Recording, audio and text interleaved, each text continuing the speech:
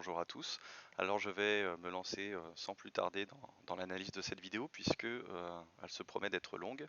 Vous avez ici l'accélération que j'ai mis, ça ne soyez pas perturbés, c'est pour gagner un petit peu de temps, vu qu'on va pas mal écouter la vidéo en question donc de cette dame qui va être interviewée par cette personne qui est un journaliste entre guillemets de François. Je vous rappelle qu'il n'y a plus aucun journaliste dans François depuis un bout de temps, donc de ce blogueur. On a eu un virus qui s'est propagé sur le territoire, on va dire en 24 heures. Je pense que le virus a été beaucoup plus rapide que son ombre et s'est retrouvé dans quand même beaucoup de foyers en Nouvelle-Calédonie.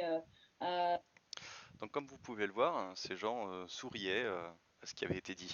Alors ne vous méprenez pas, ce ne sont pas des sourires de moquerie ou sous-entendus de type « moi je sais ce qu'il en est, hashtag on vous ment ». Ce sont plutôt des sourires de bienveillance, de paix et d'amour, cœur sur vous les amis, namasté. Donc petit rappel, la fulgurance dont cette personne parle, la personne interviewée, c'est sûrement lié au fait que le R0 du virus, c'est-à-dire combien de personnes peuvent être contaminées à partir d'une seule personne contaminée, et bien ce R0 est assez élevé. La croissance de la maladie est exponentielle, surtout dans un milieu non vacciné, dans un milieu où les gestes barrières ne sont pas déjà mis en place. Bon, on passe assez rapidement à la suite. Donc du coup je précise un peu mes propos au cas où, juste avant.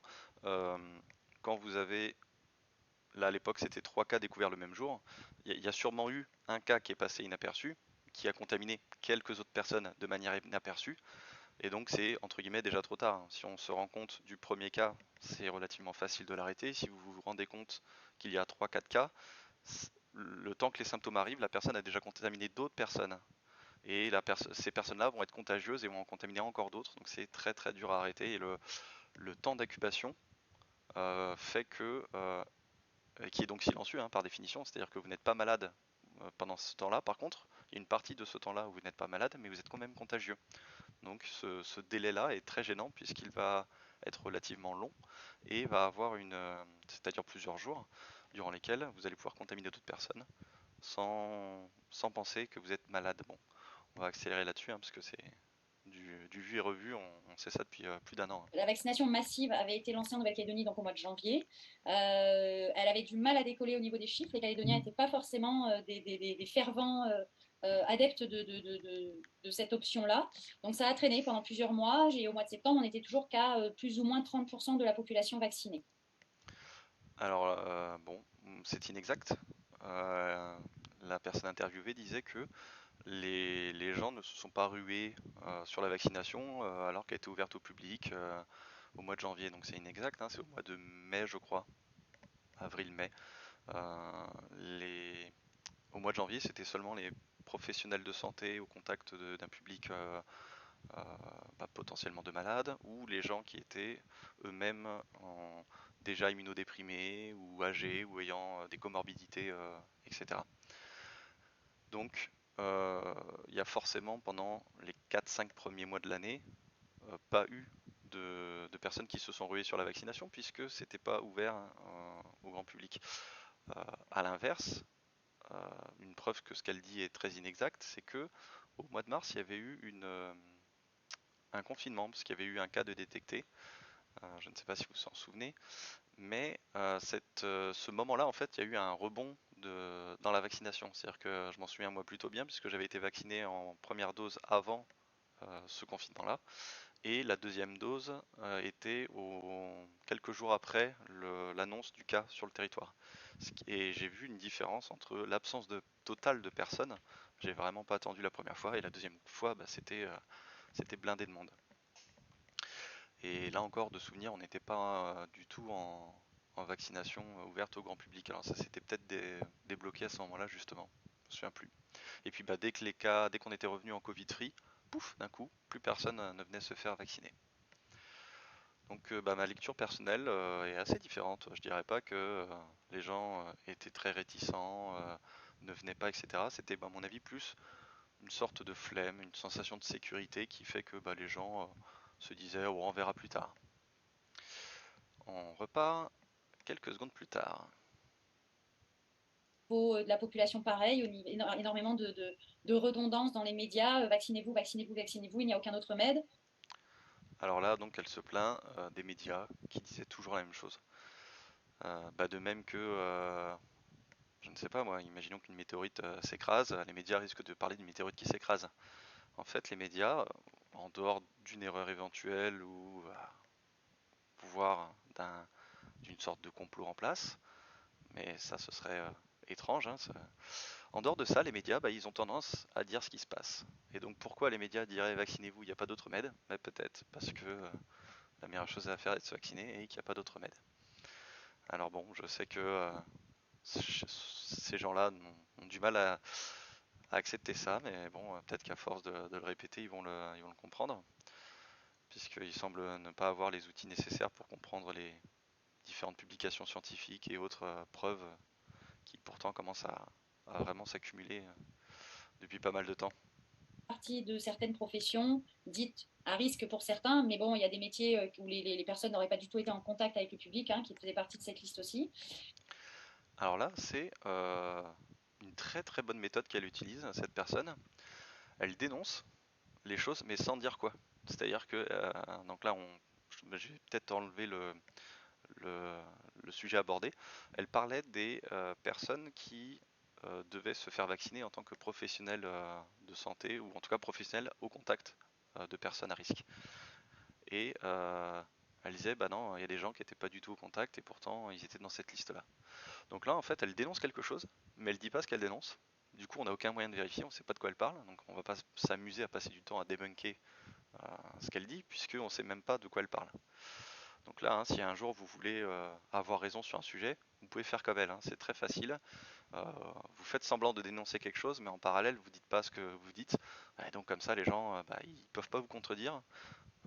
Si jamais ils vous contredisent, vous pouvez vous dire ah mais j'ai jamais dit ça. C'est vraiment très très pratique. Bon, c'est malhonnête hein, comme procédé, mais ça marche très bien. Certains de mes patients m'ont déjà dit qu'ils venaient de recevoir leur 3e dose et on leur a déjà donné rendez-vous pour la 4e dose. Alors là, je suis complètement jaloux. Moi, j'avais fait ma 3e dose début septembre. J'ai toujours pas de date. On est début décembre. J'ai toujours pas de date pour ma 4e dose. Et là, il y a des personnes qui viennent juste de faire la 3e dose et qui lui disent ils ont déjà leur rendez-vous pour la 4e. Bon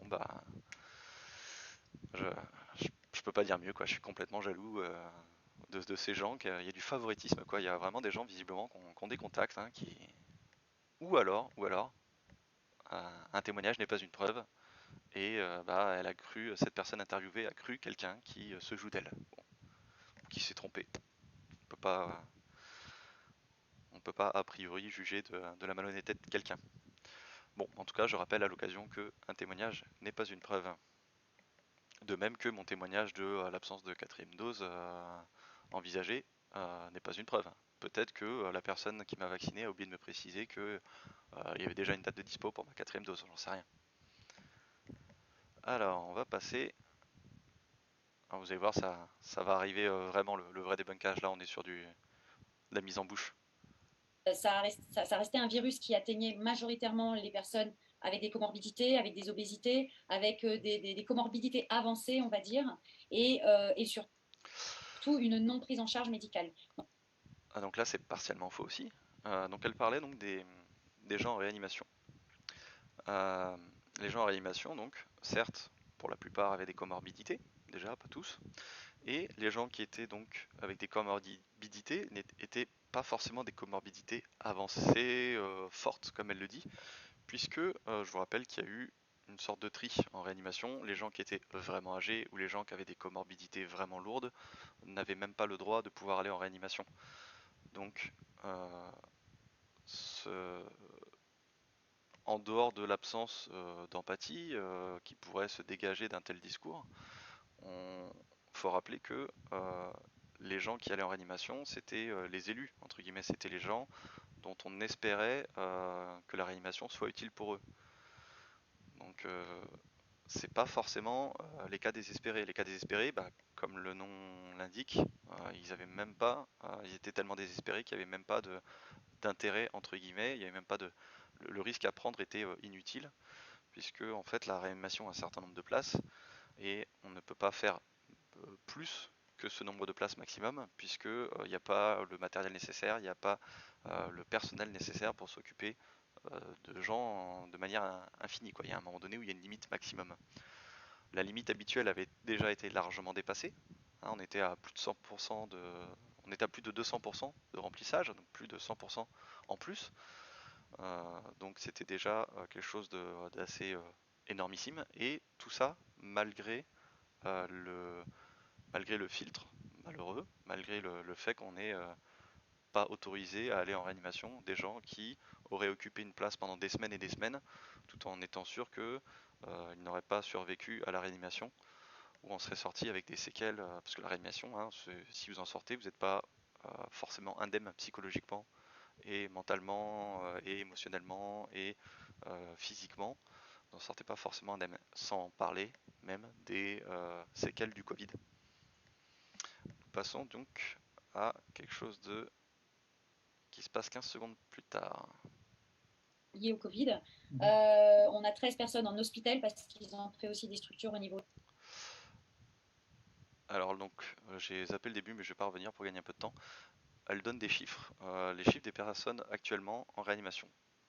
Ces chiffres-là sont complètement détachés de tout autre chiffre, donc je ne vois pas l'intérêt. Sûrement que cette personne voit un intérêt, hein, puisque c'est un peu ce qu'ils font de temps en temps sur leur page, ils balancent des chiffres, mais il n'y a pas de pourcentage, ou alors il y a un pourcentage, mais il n'y a pas de valeur absolue, ou il manque le contexte autour, il n'y a pas... Enfin, c'est assez perturbant, je trouve, comment on peut se retrouver à vouloir donner des chiffres sans aucun contexte. Les chiffres, on peut leur faire dire tout et n'importe quoi s'il vous manque le contexte, s'il vous manque une mise en situation, quoi. Bon, et là on arrive vraiment sur la partie intéressante, fin de la mise en bouche. Je vous laisse savourer ces quelques mots, ça va être très rapide. Après, voilà, nous, on essaye toujours d'être factuel Je vous le remets parce que c'est trop bon. à prescrire ce genre de molécules. Après, voilà, nous, on essaye toujours d'être factuel. Voilà. Donc, exemple de factualité, hein, de ces personnes-là. Donc ça date pas mal, ça date de mars 2020. À l'époque, on savait déjà que le coronavirus pouvait infecter d'autres animaux que les humains. Et donc là, il en existe des coronavirus chez les animaux, mais celui-ci infecte seulement les humains. Bah non, c'est faux. Que veut-on dire par c'est un rétrovirus? C'est pas un rétrovirus, puisque, alors attention, c'est compliqué, mais les coronavirus sont de la famille des coronavirus. Je sais, les scientifiques parfois aiment l'humour. Et donc la définition, enfin, qu'est-ce qu'ils sous-entendent par ça? Ils disent que il a un noyau de type ARN. Alors, un noyau de type ARN, ça ne veut rien dire. Un noyau, c'est un noyau. Il n'a pas un type ARN ou ADN, tout ça. Ça, c'est le type de génome, peut-être, si on veut. Enfin, en tout cas, ça veut rien dire. Et surtout, un virus n'a pas de noyau. Donc, bon, c'est vraiment. Et puis, bon, j'avais souligné en jaune ce qui était suffisamment mal formulé pour que ça soit pas juste, pas vraiment faux si on veut essayer de comprendre ce qui est écrit. Mais bon, en soi, c'est. Enfin, bon.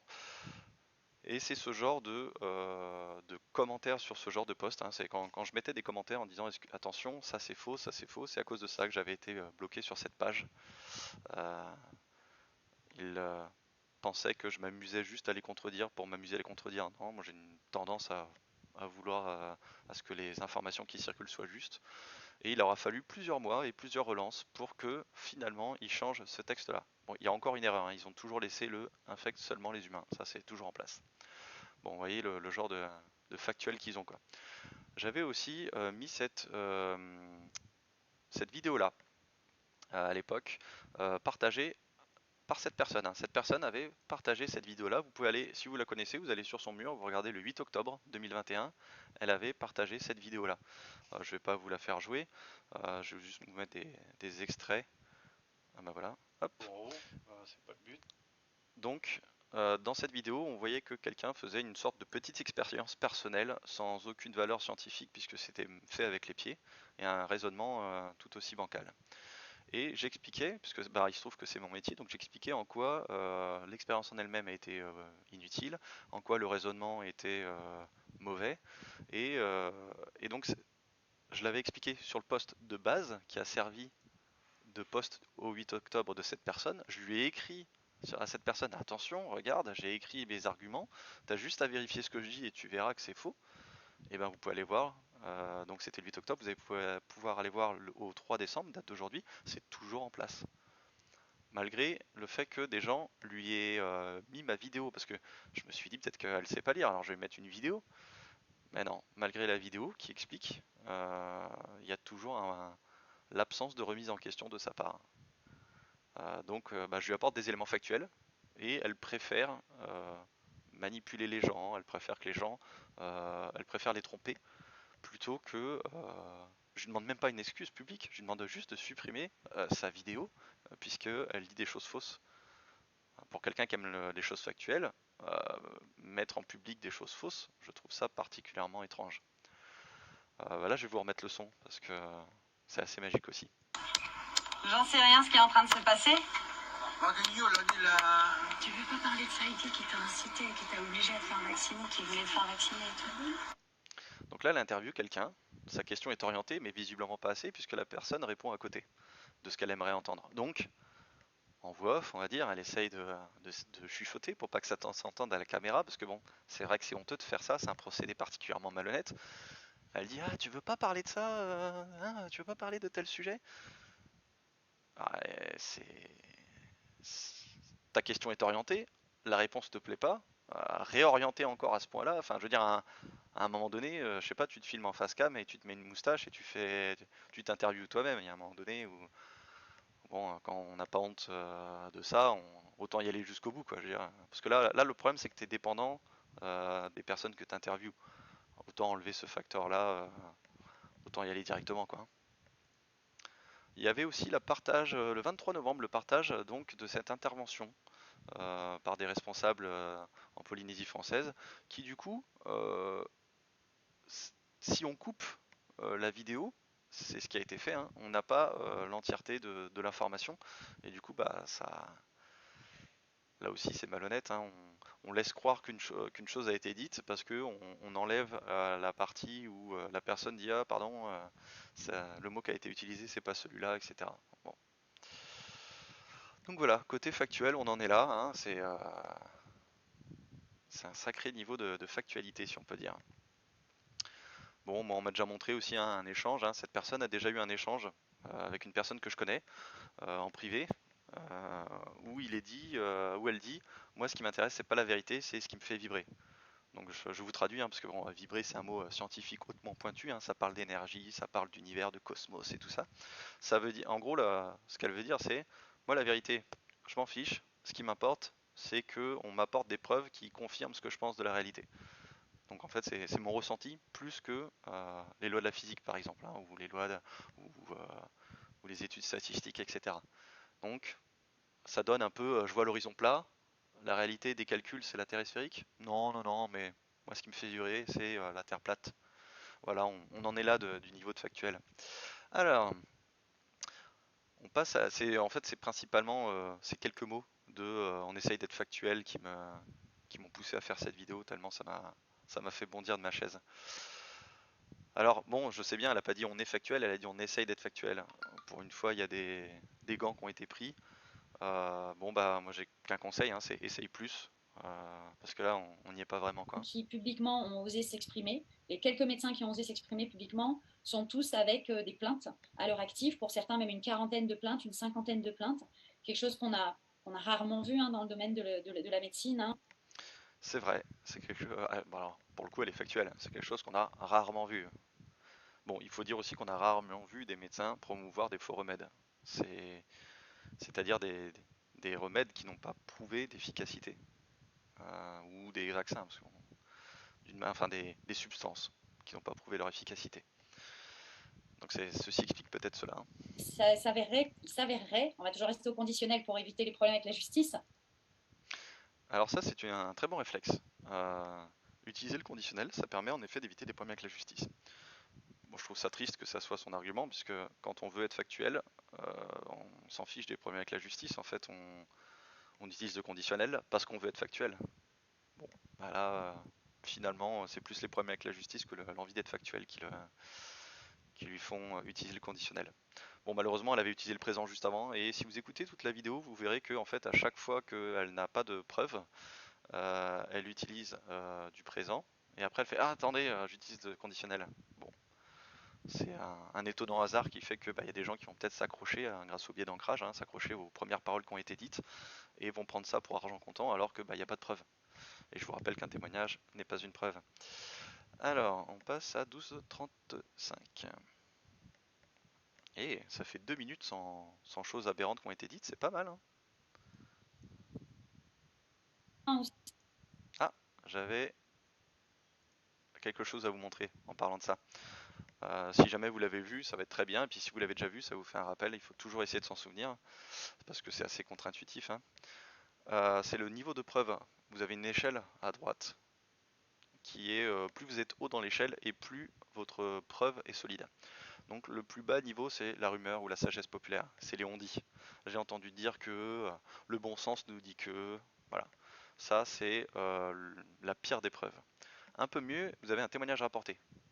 Je connais quelqu'un qui m'a dit que, ouais, c'est un peu mieux, surtout si vous avez le nom de la personne, etc., des éléments précis, une date, mais on est toujours loin d'une preuve, puisqu'un témoignage n'est jamais une preuve. L'anecdote personnelle, donc là c'est déjà mieux. On est toujours dans l'anecdote, hein, donc on est toujours dans le témoignage, donc c'est toujours quelque chose qui n'est pas une preuve. Mais si ça vous est arrivé directement, c'est déjà un peu mieux, parce qu'au moins vous avez une certitude que ça s'est passé. Après, vous êtes peut-être trompé sur ce que vous avez vu, vous êtes peut-être trompé sur ce que vous avez interprété. Il y a plein de manières de se tromper. Par exemple, hein, au hasard, on vous montre une illusion d'optique. Vous l'avez bien vu, vous pensez l'avoir bien interprété, et ben pourtant, vous l'avez mal interprété. Un mirage, vous l'avez bien vu, et pourtant non, vous l'avez pas vu, c'est un mirage, donc vous ne pouvez pas avoir vu cette chose-là. Ça n'existe pas, en tout cas pas à cet endroit-là. Vous avez au-dessus la parole d'un expert. La parole d'un expert, c'est mieux que votre parole, à moins que vous soyez vous-même expert. Mais c'est toujours un témoignage, c'est-à-dire que cet expert-là peut se tromper. Cet expert-là peut avoir mal perçu quelque chose, peut avoir mal réfléchi à cette chose. Et là, au-dessus de l'expert, on a enfin des preuves factuelles, des études. Alors attention, les études ne sont pas toutes bonnes, puisque ce genre de personnes-là, ou même cette personne-là, peuvent partager des études, mais qui peuvent être faites avec les pieds, qui peuvent être mal interprétées. Parfois même, ce genre de personnes s'autorise à donner une conclusion d'une étude qui est pile l'opposé de ce que dit l'étude. C'est le pompon. Donc vous avez des études, puis au-dessus des essais expérimentaux qui ont été répliqués, et encore mieux des méta-analyses, c'est-à-dire des gens qui ont fait des études regroupant des études. Si possible avec une sélection des études. Alors, je vous entends venir avec vos gros sabots, pas des études, comme diraient ces gens-là, pas des études qui ont été sélectionnées exprès pour que ça aille dans leur sens, mais en utilisant des outils statistiques qui vont pouvoir permettre de faire le tri parmi les bonnes et les mauvaises études. La méthode Cochrane, par exemple, si vous connaissez. Et donc, on passe à la suite. Si, au niveau de la direction, des directions sanitaires, accepter de parler au niveau du grand public qu'il y avait des effets indésirables en minimisant au maximum, mais au moins on en parle. Alors, donc d'après ces gens-là, on ne parle pas assez des effets indésirables, on ne parle pas assez des effets secondaires. Les médias cachent tout ça aux gens, les médecins ne veulent pas en entendre parler, etc., etc., etc. Alors, c'est comme les complots, hein, d'en voir partout ou de ne jamais en voir, les deux sont faux. Hein, la vérité est souvent un peu entre les deux. Et pour vous en convaincre, hein, je vais vous montrer. Donc ceci qui est un document de la FDA, d'une autorité américaine de santé qui surveille un peu les médicaments. Et vous voyez les effets secondaires déclarés lors de l'essai clinique de la phase 3 pour le vaccin de Pfizer. Donc la dose 1 du vaccin, dose 1 placebo, et dose 2 du vaccin, dose 2 placebo. Et vous pouvez voir que même si à chaque fois les placebos ont moins d'effets secondaires que le vaccin, il y en a quand même. Et y compris, voyez, une fatigue sévère, le même nombre de personnes ont annoncé une fatigue sévère entre le placebo et la dose de vaccin. Donc c'est quand même c'est presque incroyable en fait. Si vous ne connaissez pas l'univers des essais cliniques, si vous ne connaissez pas l'effet placebo, etc., etc., les effets contextuels, ça peut vous paraître incroyable. Si vous les connaissez un peu plus, vous savez que c'est pas si étonnant que ça. Mais vous voyez donc, là on parle donc de fatigue, des maux de tête. Vous voyez, il y a même plus de maux de tête sévères dans le placebo que dans les doses administrées. Alors, c'est pas toujours le cas, vous voyez qu'à la deuxième dose, c'est l'inverse, largement.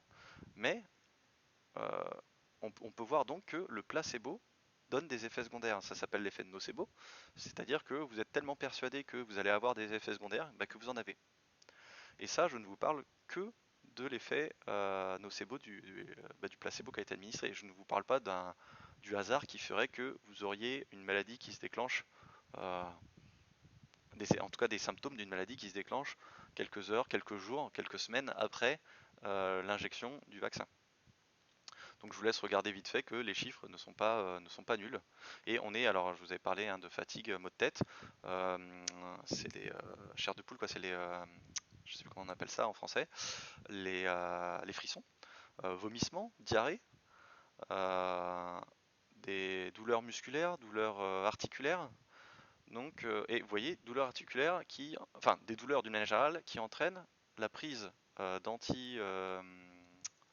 des choses pour faire baisser la fièvre et des médicaments contre la douleur. Vous voyez que 11,3% des personnes dans le groupe placebo à la première dose ont pris ça. Donc en fait, vous avez plus d'une personne sur 10 qui se sont plaints suffisamment pleins pour prendre des médicaments pour limiter ces effets. C'est pas rien, c'est pas négligeable. C'est plus de la moitié de ces gens-là. C'est-à-dire que imaginez, c'est faux, mais imaginez que Pfizer ait glissé des placebos dans son expérimentation, on aurait un tiers des effets secondaires qui seraient déjà alloués au placebo. C'est fou. Enfin, c'est fou, c'est pas si fou que ça. Sur la première dose, parce que sur la deuxième dose, on voit que c'est différent. Mais donc voilà, on peut donc bien voir que, en dehors de toute maladie qui se déclencherait comme par hasard en même temps, alors comme par hasard, c'est pas un complot, ça veut dire qu'il y a des hasards de la vie, ça arrive, ça arrive tout à fait. Alors, un hasard de la vie sur une personne, bon, c'est un hasard. Sur beaucoup de personnes, les gens peuvent dire, ouais, attendez, beaucoup, c'est plus un hasard. Bah si, parce que je vous rappelle qu'il y a des milliards et des milliards de gens qui ont reçu des doses. On en est à, je crois, 8 milliards d'injections. Donc sur 8 milliards d'injections, quelque chose qui a une chance sur 10 millions d'arriver, bah, vous allez en avoir des dizaines de milliers d'occurrences. Donc au bout d'un moment, quand vous testez beaucoup de fois, c'est normal que les choses arrivent, même si à la base elles ont statistiquement peu de chances d'arriver. On passe du coup, je vérifie que je n'ai rien oublié dans ce que je voulais dire. Donc ça c'est un biais cognitif connu, c'est l'erreur fondamentale d'attribution, c'est-à-dire que vous attribuez ce que vous ressentez au fait d'avoir eu une injection, mais en fait c'est possiblement lié à autre chose. On ne dit pas que tous les effets secondaires déclarés, attention, on ne dit pas que tous les effets secondaires déclarés sont liés à autre chose que le vaccin, mais une partie est liée au vaccin, une partie est liée à un effet nocebo, et une autre partie encore est liée à le hasard de la vie qui fait que vous allez avoir une maladie, des symptômes, quelque chose qui va se déclencher en même temps et que vous allez du coup attribuer au vaccin. Parce que votre cerveau, c'est un biais cognitif connu, votre cerveau a envie de relier des éléments entre eux pour avoir une certaine logique, parce que c'est rassurant d'avoir une certaine logique dans sa vie. Le problème c'est que vous n'avez pas de preuve de ce lien-là. Et donc ces gens-là partent du principe inverse. Ils partent que par défaut, c'est à cause du vaccin, et après on verra si c'est vrai, etc. Sachant d'ailleurs qu'au passage, il faut préciser que même si on comptabilise tous ces effets-là, comme étant, c'est-à-dire on fait cadeau de la démonstration que c'est lié au vaccin, même en faisant ça, le vaccin est loin derrière en termes d'effets secondaires que la maladie. Donc il y a toujours un intérêt à se vacciner. Mais bon, là après c'est leur logique, ne demandez pas d'expliquer ça. On passe à la suite. Et c'est toujours la même chose, on n'est pas des anti-vax, on est des vaccinaux prudents. Voilà, phrase très importante, ce sont des vaccinaux prudents. Alors ils sont tellement prudents qu'ils préfèrent potentiellement aller en réanimation que d'être vaccinés. Donc là c'est un niveau de prudence qui est rarement égalé. Là on arrive à de la prudence level expert. Bon, ce qui aurait été sympa, c'est qu'ils aient la même prudence par rapport à leurs propos, la même prudence par rapport à leurs compétences. Se croire compétent en statistiques, en en biologie, en médecine, etc. Se croire être prudent là-dedans, ça permet d'éviter de dire des choses fausses en public. Donc voilà, c'est dommage que la prudence n'aille que dans un sens. Là où justement faire des essais cliniques, hein, comme on l'a vu, ça permet justement d'être prudent et de mettre en place des substances qu'une fois qu'elles auront été observées comme étant non nocives et efficaces. Alors la suite c'est 16 minutes 40. Toc. Ouais. Est à mettre en parallèle, puisque on peut se dire, alors soit on part et on se dit, ah, on est des grands complotistes, on se dit, waouh, d'un coup, ils sont dans l'obligation vaccinale, d'un coup, le virus est là, et hop, d'un coup, il y a beaucoup, beaucoup de morts. Ou alors, en effet, le virus a été vraiment invasif et a vraiment mis à mal certaines de nos populations. Ça reste encore une fois, je pense que c'est le temps et les chiffres qui nous permettront de mener nos enquêtes.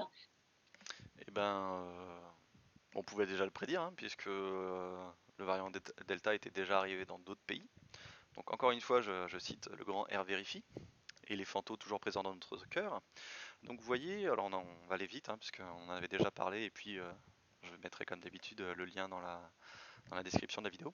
Mais vous voyez que pour ce qui est des hospices, des réa et des décès, donc c'est les trois graphiques différents, on voit la même chose, c'est-à-dire que sur les 4 premières régions à la vague alpha, la troisième vague, on voit que les gens n'étaient pas ou peu vaccinés, et du coup à l'arrivée du variant Delta, les gens étaient beaucoup vaccinés, et du coup les cas hospitalisés, et les cas en réanimation, et les cas en décès, hein, toujours pareil, étaient moins nombreux. Alors vous allez me dire, c'est peut-être parce que le variant Delta est moins dangereux. En tout cas, c'est ce que disent ce genre de personnes-là. Si c'est le cas, pourquoi dans les régions qui sont peu vaccinées au final, on peut voir ici qu'ils sont peu vaccinés comparé à ces régions-là, en bas vous avez les vaccinations, pourquoi dans ce cas-là, pouf, ça monte en flèche ici? En Calédonie, on ne peut pas comparer, il y aurait le biais du fait qu'il n'y a pas eu de vague en Calédonie, le Delta c'était notre première vague. Donc on ne peut pas comparer la dangerosité du variant Delta face à rien du tout. Mais là on peut comparer face à la troisième vague. Donc pourquoi ça augmente ici alors que ça n'augmente pas dans les autres régions? Donc là, ces graphiques-là prouvent que le variant Delta est non seulement plus contagieux, mais aussi plus dangereux pour la santé. Il a des effets secondaires, il a des formes graves, pas forcément plus fortes, mais qui arrivent plus souvent. Donc il est plus virulent, plus contagieux, plus dangereux d'une manière générale. Donc ces gens-là nient cette information-là, alors que rien que ça c'est une preuve. Alors on pourrait toujours vérifier sur toutes les régions du monde, mais bon, c'est déjà un sacré indice. Et c'est aussi un gros indice pour montrer que la vaccination fonctionne. C'est pas une preuve à 100%, parce qu'il y a peut-être d'autres critères, mais en tout cas, c'est un sacré indice qui confirmerait les vraies grosses preuves qui sont ici. Enfin ici, pas dans le tableau des effets placebo et des effets nocebo, mais dans la conclusion de l'essai clinique d'une manière générale. Donc cette personne, elle ne veut pas attendre les conclusions, puisque les conclusions sont déjà là et sont même là et elles sont là depuis longtemps. Hein. Donc en fait, elle veut attendre des conclusions qui vont dans son sens. Ça s'appelle du cherry picking, voire de la malhonnêteté, parce qu'au bout d'un moment. Enfin bon, on va pouvoir passer à 17 minutes 20. Qu'est-ce qui se passe déjà à 17 minutes 20? Encore plein de bonheur, comme d'habitude. Avec vous, j'ai eu une information comme de quoi à l'hôpital, on donnait des médications telles de l'ivermectine aux personnes vaccinées, et aux personnes vaccinées, on ne leur donne pas. Aux personnes non vaccinées. Voilà, donc je mets encore beaucoup de conditionnels pour... Ah oui, le conditionnel, il arrive 10 secondes après le présent. Je vous en avais parlé tout à l'heure. Alors, encore une fois, un témoignage qui n'est pas une preuve.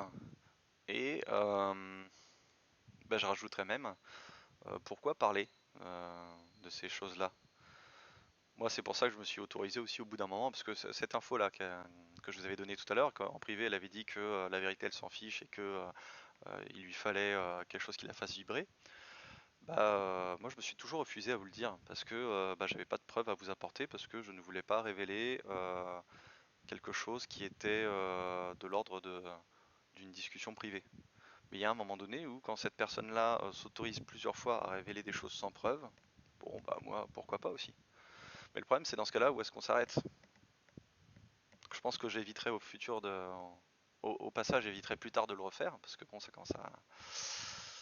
Je teste un peu la dissonance cognitive, hein. Je teste de faire quelque chose avec lequel je suis contre à la base, mais bon, voilà. On évite, surtout en public, de dire des choses dont on n'a pas de preuves.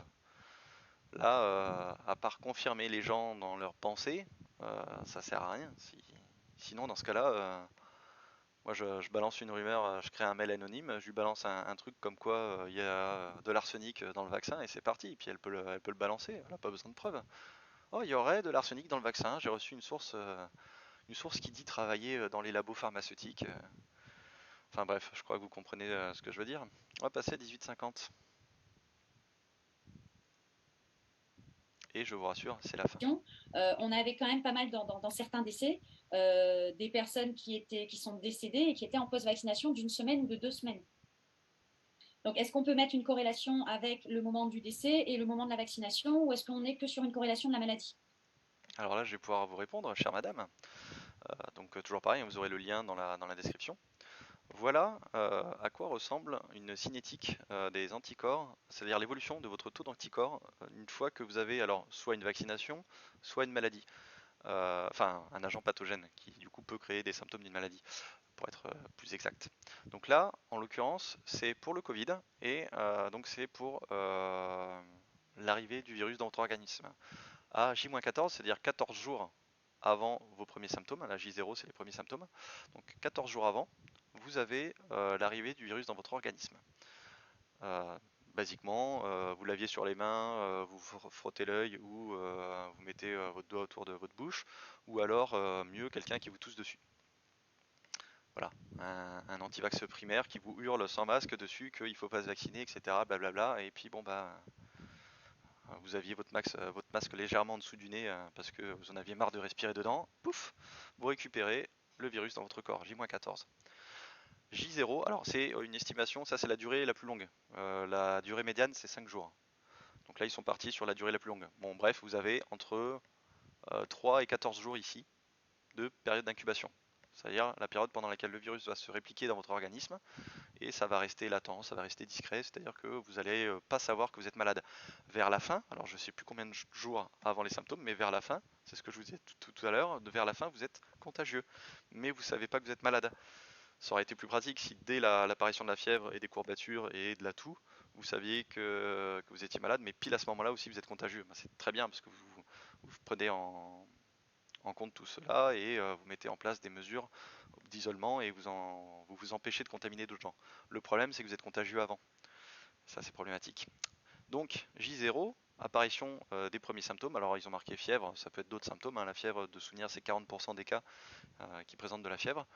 Donc voilà, la toux, etc. Vous connaissez les symptômes habituels. Et en parallèle de l'apparition des symptômes, le corps commence à produire des IgM, c'est-à-dire ce sont des anticorps qui sont rapides à produire, qui sont peu efficaces dans le sens où ils sont peu spécifiques de la maladie.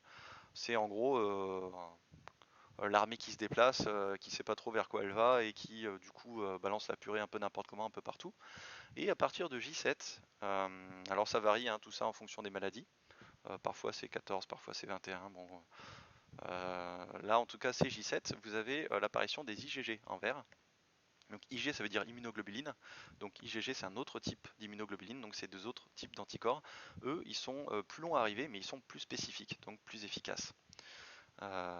Donc l'apparition de ces immunoglobulines équivaut aussi à un taux plus élevé. Donc en fait c'est la réponse immunitaire en fait s'adapte aux soucis, c'est-à-dire qu'on envoie la purée sans trop bien viser au début, et puis une fois que les IgG arrivent, on ralentit la production de ça et on booste la production de ça. Et pourquoi on vous fait un rappel en fait, pourquoi on vous fait une deuxième injection quelques temps après dans les vaccins. Alors ça marche pour le Covid mais ça marche pour tous les vaccins. Hein. Je vous rappelle qu'on a des antivax qui se plaignent d'avoir 2 doses, 3 doses, 4 doses, mais jusqu'où va-t-on? En fait, la plupart des vaccins fonctionnent avec 2 doses, 3 doses, 4 doses, enfin, c'est pas une surprise. Hein. Donc, du coup, pourquoi on vous fait une autre injection? Parce que vous voyez que quand on fait une réinfection ou une réinjection, hein, ça revient au même, quand on présente de nouveau l'antigène, c'est-à-dire on représente de nouveau soit l'agent pathogène, soit le vaccin, et bien de nouveau le corps va produire alors un petit peu d'IgM, mais ça c'est pas très, c'est plus un réflexe on va dire, c'est pas très intéressant. Vous voyez qu'il en produit beaucoup moins, et surtout en fait il va reproduire des IgG et à un taux encore plus haut. Et bien sûr, plus votre taux d'IgG est haut, et mieux vous êtes protégé. Il n'y a pas encore de corrélation, il n'y a pas encore de corrélation qui ont été montrées, on n'a pas encore des chiffres qui disent bah, tel taux, ça veut dire que vous êtes protégé à tant de pourcents, tel taux, tant de pourcents. Donc on ne pourra pas dire finement, c'est pour ça qu'il n'y a pas d'échelle ici, sur la gauche, sur les abscisses, ou sur les ordonnées, j'ai un doute. Bon bref, à gauche. Et du coup, vous avez un taux là qui est pas chiffré, mais plus le taux est élevé et plus vous êtes protégé. Alors malheureusement, vous êtes protégé une fois que le virus est déjà en vous, puisqu'il pénètre par les muqueuses et que les IgG ne vont pas dans les muqueuses. Je vous dis ça parce que je fais un petit aparté sur certains vaccins qui sont en développement et qui sont des vaccins sous forme de spray qu'on vaporiserait dans le nez et qui en fait vous ferait produire des IgA, c'est-à-dire des immunoglobulines de type A, des immunoglobulines sécrétoires, c'est-à-dire que les muqueuses vont les sécréter et du coup vos muqueuses en seraient tapissées et du coup le virus ne pourrait pas pénétrer dans l'organisme parce qu'il serait arrêté dès qu'il se pose sur les muqueuses, dès qu'il essaye de rentrer dans votre corps, direct il se fait arrêter. Et donc là, bah, ce serait le best des best vaccins, quoi. Vous ne pourriez même pas être infecté, donc vous n'auriez pas la maladie, vous ne pourriez pas la développer, vous ne pourriez pas être contagieux, etc., etc. Donc c'est le must. Mais pour l'instant, c'est pas encore en place. C'est encore en développement, encore en analyse, encore en étude. Donc, je reviens à ce que nous disait cette petite dame, qu'on en finisse avec cette vidéo un peu longue. Elle nous dit, est-ce que quelqu'un qui serait à l'hôpital, en réa, et qui meurt, qui a été pourtant vacciné une semaine ou deux avant, est-ce que c'est à cause du vaccin? Est-ce que c'est à cause de la maladie? On ne sait pas bien. Bon déjà, on peut voir que si la personne a été vaccinée une semaine avant, alors la vaccination du coup c'est ici, hein, la vaccination il n'y a pas de temps d'incubation, hein, parce qu'on vous donne une dose tellement massive d'antigène que on est quasiment à J0 quoi. C'est l'équivalent de J0, J-1, voilà, il ne faut pas 2 semaines au vaccin pour avoir pour entraîner la production d'anticorps à l'organisme. Et donc vous voyez que si vous avez été injecté une semaine avant, si vous avez reçu le vaccin une semaine avant, et ben c'est-à-dire que vous êtes ici en réanimation, une semaine avant, en gros, hein, une semaine avant vous avez eu le vaccin ici, et donc vous êtes ici et vous êtes en réanimation. Et elle dit est-ce que c'est à cause de la maladie, est-ce que c'est à cause du vaccin? Vous pouvez voir que votre taux d'anticorps, IgG, il commence seulement à apparaître. Donc en fait, le vaccin il commence seulement à réellement faire effet. C'est pour ça qu'on attend 2 semaines après la première dose, c'est on attend que le corps ait déjà mis ça en place avant de balancer la purée une deuxième fois pour vous faire produire une grosse quantité. C'est aussi pour ça qu'on considère que les gens sont réellement vaccinés une semaine ou 2 semaines, ça dépend, ça a changé, une semaine ou 2 semaines après la deuxième injection. Parce que 2 semaines après l'injection, on est ici. Et vous voyez que c'est un taux qui est important et qui est beaucoup mieux que ici. Parce que les gens qui sont dès la première injection, vous avez une protection mais qui est infime. Ici, on est beaucoup moins efficace que ici. Donc voilà. Pour lui donner raison, il faudrait que les études soient fausses. Il faudrait que les chiffres soient faux. Il faudrait que les 30% de Calédoniens vaccinés au mois de septembre, qu'une partie en tout cas de ces gens-là soient morts. De même que, parce que là elle nous parle des gens qui sont morts en septembre et qui avaient été vaccinés en septembre. En septembre on est passé en gros de 30 à 60% de vaccinés, c'est-à-dire la même quantité que de janvier à septembre. Donc il faudrait qu'on retrouve une surmortalité entre janvier et septembre, qui soit égale à la surmortalité qui a été présente entre septembre et... enfin surtout septembre ou septembre et octobre, je ne sais plus en combien de temps on est arrivé à 60%. Donc ça fait beaucoup de choses qu'il faudrait renier ou qu'il faudrait adapter, et qu'il faudrait tordre sur la réalité pour lui donner raison. Faudrait aussi que le virus ne tue pas. Pour quelle raison? Donc ça fait quand même beaucoup de choses. Bon voilà, je vais m'arrêter là, hein, ça fait déjà 45 minutes. J'ai hésité à poster cette vidéo parce qu'elle n'était pas ultra factuelle. Hein. Je préfère les vidéos où je montre par A plus B que la personne a tort et pas juste je donne mon avis. Mais bon, cette vidéo m'a été pas mal envoyée en privé, elle est apparue aussi sur notre groupe, donc voilà, j'en ai profité pour vous en parler. Voilà, bonne journée à tous, bon week-end pour le week-end qui s'annonce, Et puis à la prochaine.